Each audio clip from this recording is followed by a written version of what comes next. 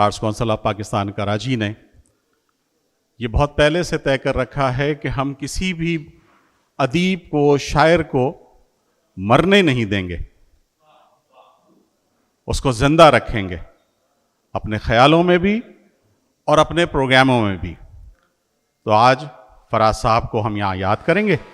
میں آج کی صاحب صدر، بلکہ ہمیشہ سے ہم سب کی صدر زہرا آپا سے درخواست گزار ہوں کہ اسٹیج پہ تشریف رکھیں۔ یہ جتنے بھی لوگ یہاں موجود ہیں ان میں سے کسی کو بھی زہرا آپا کے تعارف کی ضرورت نہیں ہے۔ ڈاکٹر پیرزادہ قاسم رضا صدیقی صاحب ہمارے درمیان تشریف رکھتے ہیں، آپ کسی تعارف کے محتاج نہیں ہیں۔ ڈاکٹر صاحب کی محبتوں کا، ان کی شفقت کا، اور جس طرح سے وہ میاں کہتے ہیں اس کے، وہ ہم سب اس کے دل دادا ہیں۔ تو ڈاکٹر صاحب تشریف لائیے، ڈاکٹر پیرزادہ قاسم رضا صدیقی۔